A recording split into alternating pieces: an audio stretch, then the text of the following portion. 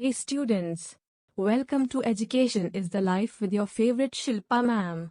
Channel को subscribe जरूर करें और अपने दोस्तों के साथ शेयर करें।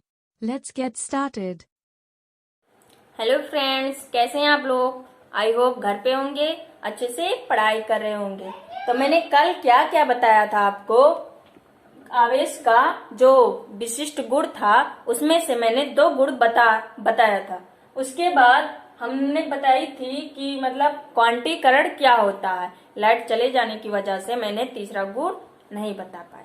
उसके बाद क्या बचा था आपका तीसरा गुण? क्वांटीकरण, जो कि इससे क्वेश्चंस बहुत ही बनते हैं। फिर क्या? एकांक आवेश, जो कि कूलाम के नियम के साथ साथ ये भी पूछ लिया जाता है एग्जाम में। कैसे पूछा जाता है सुनिए। कूलाम का नियम बताइए तथा इसके साथ साथ एकांक आवेश क्या है उसको भी बताइए तथा कूलाम की सीमाएं लिखिए। ये आपको एग्जाम में पूछा जाता है, जो कि मैंने सिर्फ क्या बताई थी? कूलाम का नियम, ये बाकी रहेगा था जो कि हम आज पढ़ने वाले हैं। फिर उसके बाद बताई थी निर्वात की विद्युतशीलता का बीमीय सूत्र क्या होता। जब हमने पहला लेक्चर बताई थी तो उसमें ऐसे एक चिन्ह आया था जिसे हम क्या कहते हैं? Epsilon not. उसी को हम क्या कहते हैं? विद्युतशीलता, जो कि हम उसका बीमीय सूत्र आज पढ़ेंगे। फिर उसके बाद 14 क्या हेडिंग है? परावैद्युतांक। ये क्या होता है उसके बारे में जानेंगे। तो चलिए पढ़ते हैं कि क्वांटीकरण क्या होता है। इसको मिटा दे रहे हैं, बात नहीं रहने देते हैं, नीचे समझा दे रहे हैं। यहां पर देख लीजिए,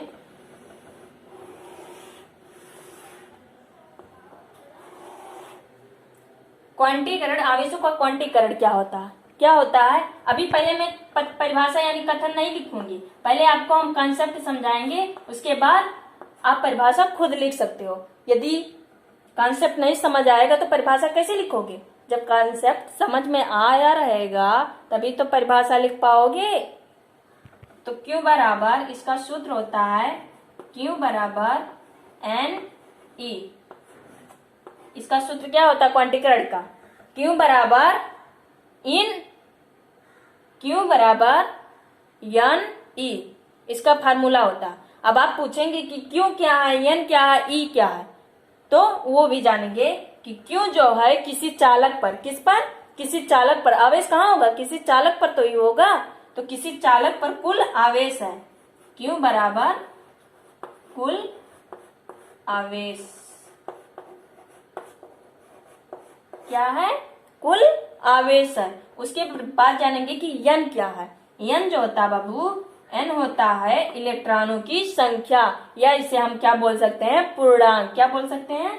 पूर्णांक। अब पूर्णांक का मतलब क्या होता है? जैसे 1 हुआ, 2 हुआ, 3 हुआ, ये आपका क्या हुआ? अंक हुआ, उसी को क्या बोलते हैं? पूर्णांक बोलते हैं, जिसे हम किससे प्रेजेंट करते हैं? N। इसे इलेक्ट्रॉनों की संख्या भी कह सकते हैं। +-1, +-2, +-3। अब पूछोगे कि ये 2 चिन्ह क्यों आया, प्लस और माइनस? क्योंकि जो अंक आएगा वो धनात्मक भी हो सकता है और ऋणात्मक भी हो सकता है, इसलिए हमने प्लस माइनस दोनों साथ में लगाया। फिर उसके बाद E क्या है? E है जो बाबू, वो एक इलेक्ट्रॉन का मान है, जो कि आप फर्स्ट ईयर में पढ़ चुके हो कि इसका मान कितना रहता है। कितना रहता है? एक इलेक्ट्रॉन का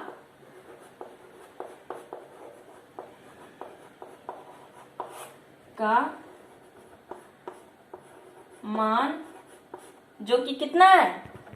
1.6 गुणे 10⁻⁻19। समझ में आई कॉन्सेप्ट? मतलब कि पहले हमें क्या लर्न करना होगा? फार्मूला। क्या formula? Q equals NE। Q क्या आपका? कुल आवेश। N क्या है? पूर्णांक, जैसे कि 1, 2, 3। और क्या बोल सकते हैं इसे? इलेक्ट्रॉनों की संख्या। फिर आप यहाँ देखेंगे E क्या है? E जो है इलेक्ट्रॉन का मान है। एक इलेक्ट्रॉन का मान है कितना है? 1.6 गुणे 10⁻⁻19 है। फिर इसी के तौर पर अभी देखोगे कि कैसे परिभाषा हम बना रहे हैं। आप भी बना सकते हो, सिर्फ तुम्हें क्या याद करनी है, क्या लर्न करनी है क्यू बराबर एन ई। क्यू क्या है ये पता होना चाहिए, एन क्या है ये पता होना चाहिए, ई क्या है ये पता होना चाहिए, तथा उसका मान कितना होता है ये पता होना चाहिए। तो समझ में आई। उसके बाद किसी चालक पर तो ई आवेश होगा, तो हम परिभाषा कैसे लिखेंगे, कथन कैसे लिखेंगे। किसी चालक पर, किस पर, किसी चालक पर कुल आवेश, कितना, कुल आवेश एक इलेक्ट्रॉन, कुल आवेश जो होता है एक इलेक्ट्रॉन के मान के क्या होता है, पूर्ण गुणज होता है। यहाँ पर गुणा हुआ है कि नहीं हुआ, तो पूर्णांक है तो पूर्ण गुणज होगा कि नहीं होगा। तो आपको कथन में यही लिखना है कि किसी चालक पर कुल आवेश, किसी चालक पर कुल आवेश एक इलेक्ट्रॉन के मान के पूर्ण गुणज होता है। यह आपको कथन में लिखनी है, परिभाषा में लिखनी है। पहले आप छोटे छोटे कॉन्सेप्ट को समझिए, उसके बाद आप डिफिनेशन आसानी से खुद बना सकते हो, और बनाना भी चाहिए खुद से। अलग अलग टीचर अलग अलग तरह की बातें करते हैं, तो आपको परिभाषा खुद बनानी है। सिर्फ आपको क्या लर्न करनी है, क्वांटीकरण में क्या लर्न करनी है, फार्मूला। छोटा सब तो है, क्यू बराबर एन ई। क्यू क्या है, कुल आवेश है, एन क्या है, पूर्णांक है यानी इलेक्ट्रॉन की संख्या है, ई क्या है, एक इलेक्ट्रॉन की मान है, ई क्या है, एक इलेक्ट्रॉन का मान है। तो आपको ऐसी परिभाषा में लिख देनी है कि किसी चालक पर कुल आवेश एक इलेक्ट्रॉन के मान के पूर्ण गुणज होता है, क्योंकि यहाँ पर क्या हुआ है, गुणा हुआ। यही आपका था तीसरा गुण, आवेश का क्वांटीकरण। इसी के तौर पर बहुत ही क्वेश्चंस बनते हैं, जो कि मैं अभी एक क्वेश्चंस लगवा रही हूँ। बाकी क्वेश्चंस एक वीडियो में एनसीईआरटी वाला जो रहेगा वो बाद में हम लगवा देंगे। तो इतना समझ में आई तो मिटा दें।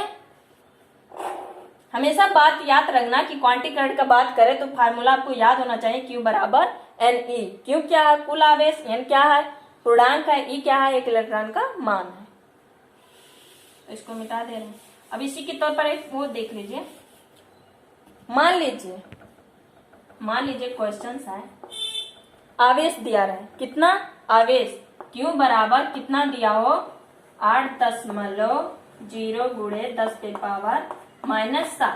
यदि आपको क्यों दिया रहे, कितना, 8 कोई भी दिया रहे, हमने लिख दिया बताने के लिए 8.0 गुणे 10 के पावर -7।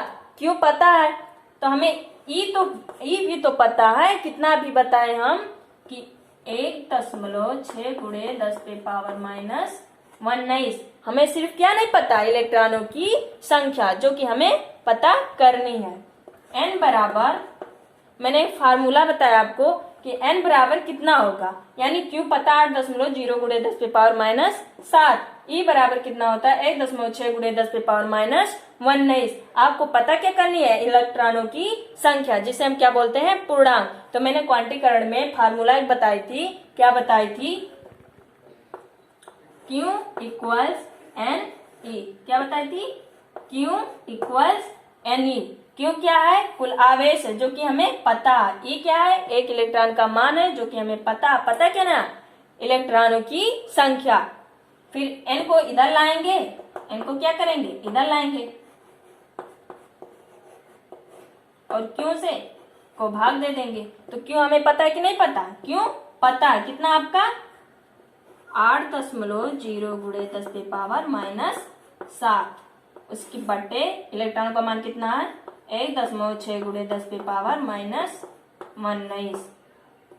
एन बराबर, जब इसको इसमें भाग देंगे तो आपका आंसर कितना आएगा, कर लेना, कितना आएगा, 5.0 गुणे 10 के पावर माइनस, ये ऊपर जाएगा तो कितना होगा, प्लस में होगा कि नहीं होगा, यानी बड़ा है तो इसमें घटेगा तो कितना होगा, 12। ये कितना आपका 12, यानी आपका आंसर कितना आया, 5.0 गुणे 10 के पावर 12।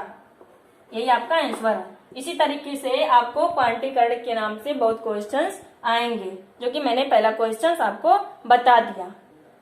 क्यों का मान दिया रहे, यदि ये इलेक्ट्रॉन हमें पता ही है तो हम इनका मान आसानी से निकाल लेंगे कि नहीं निकालेंगे, निकाल लेंगे। यदि आपको क्यों ना पता हो, एन पता हो तो और आसानी से गुणा करके और आसानी से क्यों का मान निकल जाएगा। n पता है, n का मान रख दीजिए। ई तो हमें पता है पहले से 1.6 × 10⁻⁻19। तो आपका क्यू का मान निकल जाएगा कि नहीं, कुल आवेश निकल जाएगा कि नहीं निकल जाएगा, निकल जाएगा।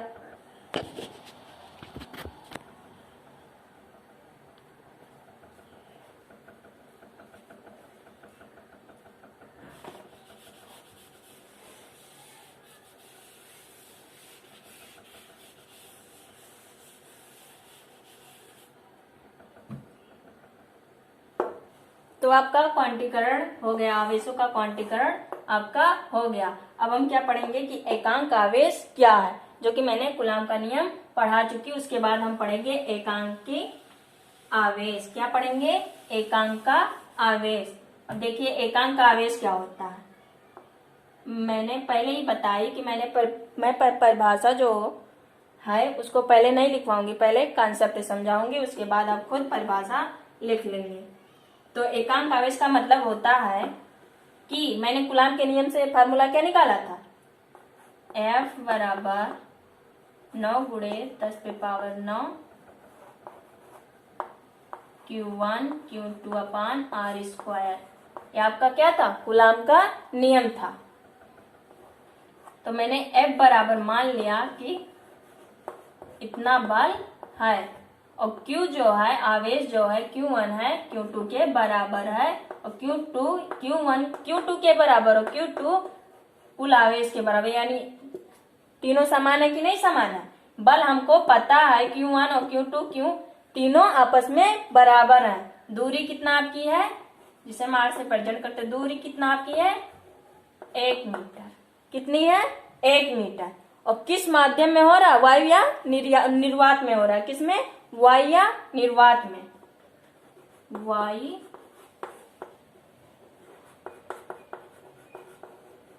वात में। तो कंडीशन किसमें हो रहा है, वायु या निर्वात में। तो इतना कॉन्सेप्ट आपको समझना होगा, इसी के हिसाब से इसी में परिभाषा छुपा है। कैसे छुपा है, देखिए बल हमको पता है, क्या है, बल हमको पता है न्यूटन के नियम से। क्यों, समान है, r यानी दूरी कितनी है 1 मीटर। तो हम कह सकते हैं वायु या निर्वात में दोनों एक दूसरे से, दोनों कौन, आवेश वायु या निर्वात में क्या लिख सकते हैं, वायु या निर्वात में दोनों एक दूसरे से 1 मीटर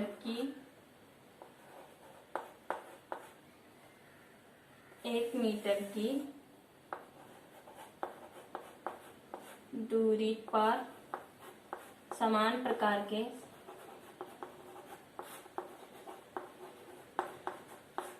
आवेश कितने बल से प्रतिकर्षित कर रहे हैं, कितने बल कितना दिया आपका 9 × 10⁻9 बल से प्रतिकर्षित करना ही क्या कहलाता है, एकांक आवेश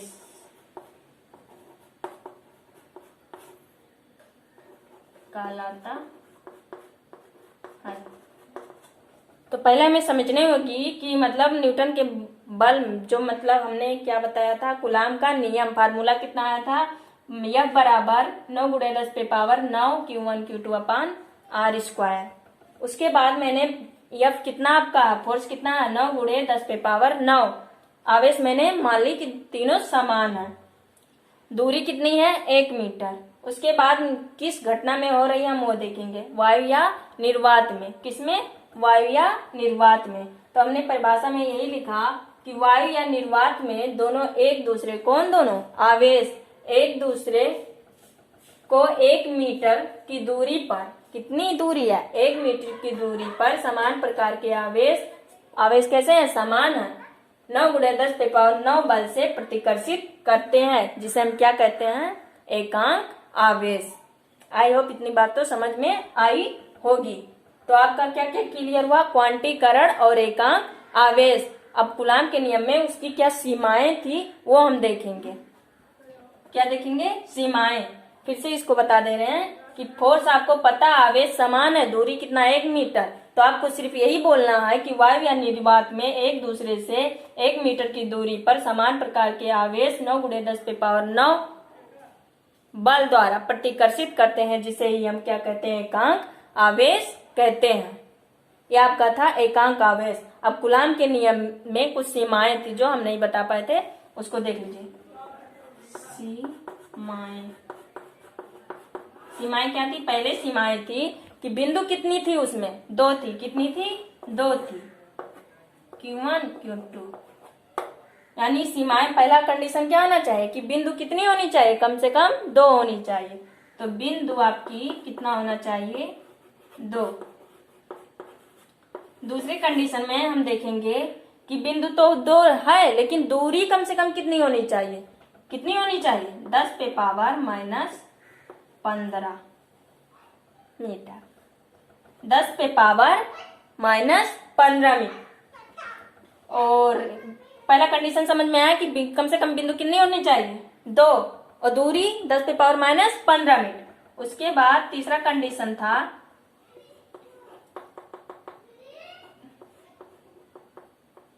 कि इस पर कितने आवेश होते हैं, 2 होते हैं। कितने, 2 आवेश। 2 बिंदु है तो 2 ही आवेश तो उत्पन्न हो गए। तो ये आपकी सीमाएं थी, किसकी, कूलाम की सीमाएं थी। 2 बिंदु है, दूरी कितनी होनी चाहिए, कम से 10⁻⁻15, इसमें 2, जिस पर 2 आवेश उपस्थित होते हैं। ये आपकी थी सीमाएं। ये आपका था एकांक आवेश। पहला जो पढ़ा है वो आपका था क्या, आवेश का क्वांटीकरण। अब हम क्या पढ़ने वाले हैं, निर्वात की विद्युतशीलता की विमीय सूत्र, यानी सूत्र कैसे, विमा कैसे निकाली जाती है उसके बारे में हम पढ़ेंगे।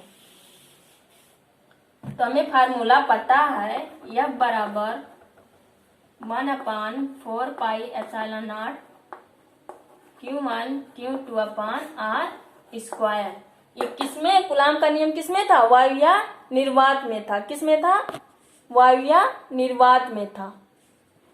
उसके बाद यदि किसी माध्यम में होगा तो F इक्वल्स, यानी ये आपका पहला था, ये आपका दूसरा होगा 1/4πε0। यहाँ किसी माध्यम में हो रहा तो यहाँ पर क्या होगा, K होगा, Q1 Q2/R²। यानी समीकरण आपका 1 हुआ, ये आपका 2 हुआ। तो इसमें देखेंगे सिर्फ के ही एक ऐसा है, ये आपका था परावैद्युतांक। क्या है, परावैद्युतांक।